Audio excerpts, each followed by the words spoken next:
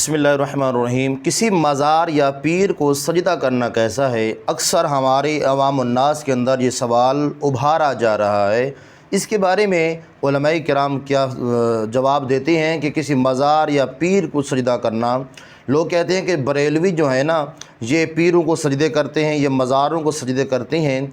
तो इसके बारे में क्या हुक्म है कि मज़ार या पीर को सजदा करना कैसा है?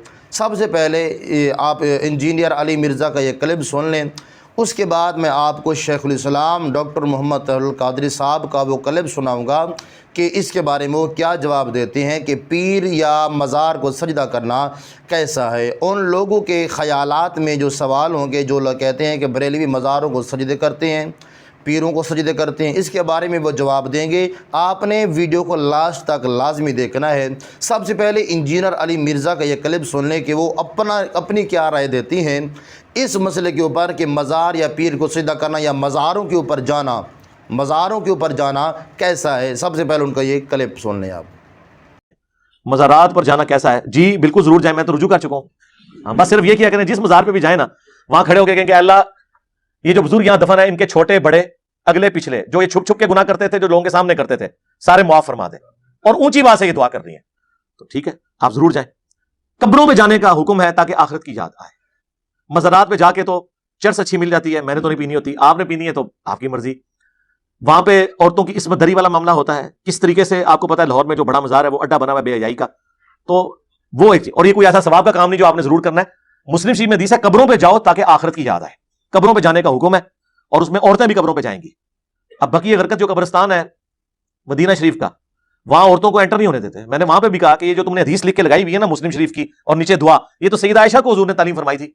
जब उन्होंने पूछा कि मैं कब्रिस्तान जाऊं तो क्या दुआ मांगू, तो आधी हदीसें तो ना लिख के लगाओ यार, यहां पे तुम लोग, औरत क्यों नहीं कब्रिस्तान जा सकती? तो वो कहते हैं जी वो ममानियत है। मैंने कहा वो ज़वारुल कुबूर की ममानियत है, जो औरतें कसरत से कब्रिस्तान जाती हैं। और इमाम तिरमिज़ी ने बाकायदा इस हदीस के ऊपर बहस की है कि नबी इस्लाम ने बाद में औरतों को कब्रिस्तान जाने का हुक्म फरमा दिया उस हदीस के तहत कि कब्र पे जाओ ताकि आखिरत की याद आए।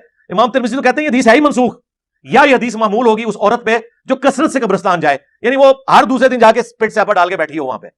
अब जो बेचारे सब कॉन्टिनेंट से मदीना शरीफ जाते हैं, वो बेचारे तो जिंदगी में एक या दो बार ही गए हैं, उनका दिल नहीं करता कि वो अहलुल बैत की कब्रों पे जाएं, सहाबा इकराम की कब्रों पे जाएं।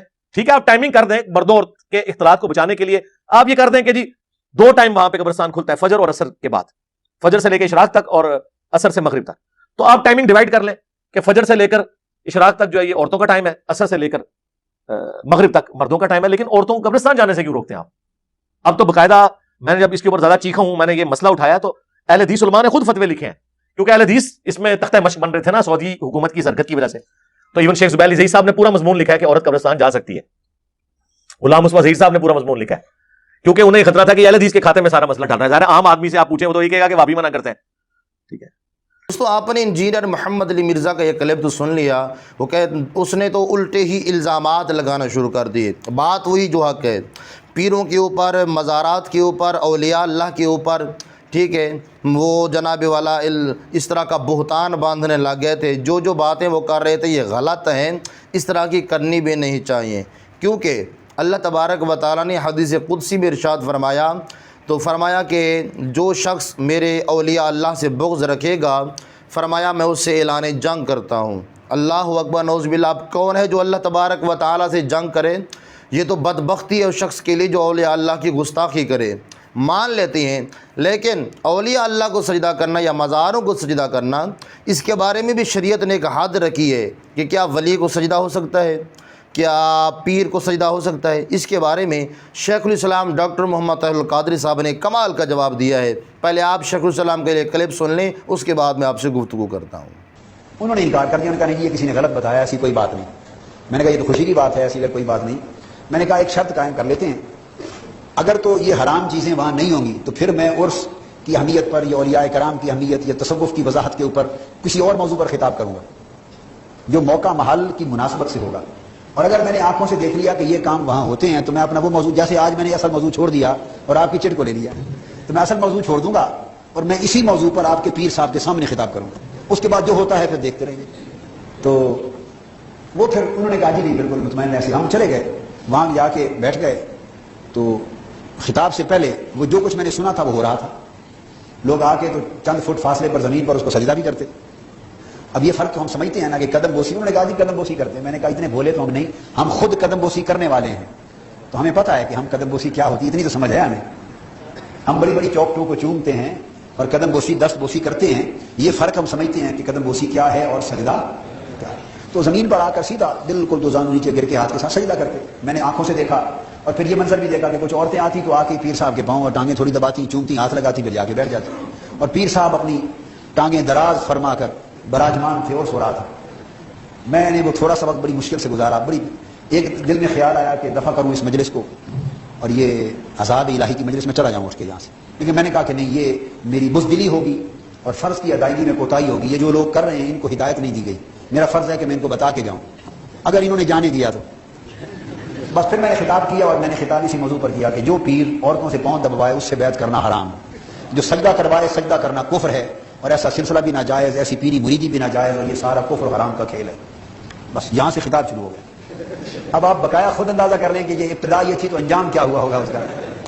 تو وہ پیر صاحب تھوڑی دیر تو انہوں نے چند منٹ تو اپنا صبر کر کے سنا, ضبط کیا, مگر جو معاملہ بڑا پھر قرآن مجید حدیث کے دلائل دیے, بات میں نے سمجھائی تو ان کا ضبط ختم ہو گیا. انہوں نے مریدوں کو اشارہ کر دیا کہ یہ وہابی آ گیا ہے, پکڑ لو اس کو. ہم تب سے وہابی بنے ہوئے ہیں, یہ بھی اللہ کی جان ہے جی. تو یہ وہابی آ گیا, پکڑ لو اس کو. بدی وہ پھر کھڑے ہو گئے کچھ لوگ, وہ مجھے برا بھلا کہنے کے لیے کھڑے ہوئے. تو جتنی گفتگو 5 منٹ میں کر لی تھی اس میں آدھا اور بٹ گیا تھا. اگر کو 15 منٹ مل جاتے تو سارے اس کی کایا پلٹ جاتی. 5 7 10.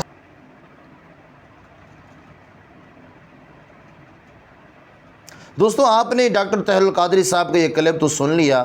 انہوں نے اولیاء اللہ کی فضیلت بتائی ہے, ان کا مقام بتایا ہے, ان کا مرتبہ بتایا ہے, ان کی قربت کے فضائل بتائے ہیں. لیکن سجدے کے بارے میں انہوں نے منع فرما دیا کہ سجدہ حرام ہے, سجدہ حرام ہے, پیر کو سجدہ حرام ہے, مزار کو سجدہ حرام ہے. آپ احتراماً سلام کر سکتے ہیں لیکن سجدہ نہیں کر سکتے. سجدہ صرف اللہ تبارک و تعالیٰ کی ذات کو ہی جچتا ہے, وہ چاہے تعظیمی ہو, چاہے وہ جناب والا سجدہ تعظیمی ہو یا چاہے وہ سجدہ عبادتی ہو, کوئی بھی ہو تو وہ قطعی طور پر غیر اللہ کے لیے حرام ہے. لیکن ولی کامل کو جھک کر آپ محبت اور تعظیم عقیدت کے ساتھ سلام تو کر سکتے ہیں لیکن سجدہ نہیں کر سکتے. کتنی بڑا انہوں نے کمال کا ریفرنس دیا ہے اور کمال کا انہوں نے دلائل کے ساتھ اس چیز کو آگاہ کر دیا عوام الناس کے سامنے. اس طرح کی ویڈیوز کے لیے ہمارے چینل سبسکرائب کر لیں.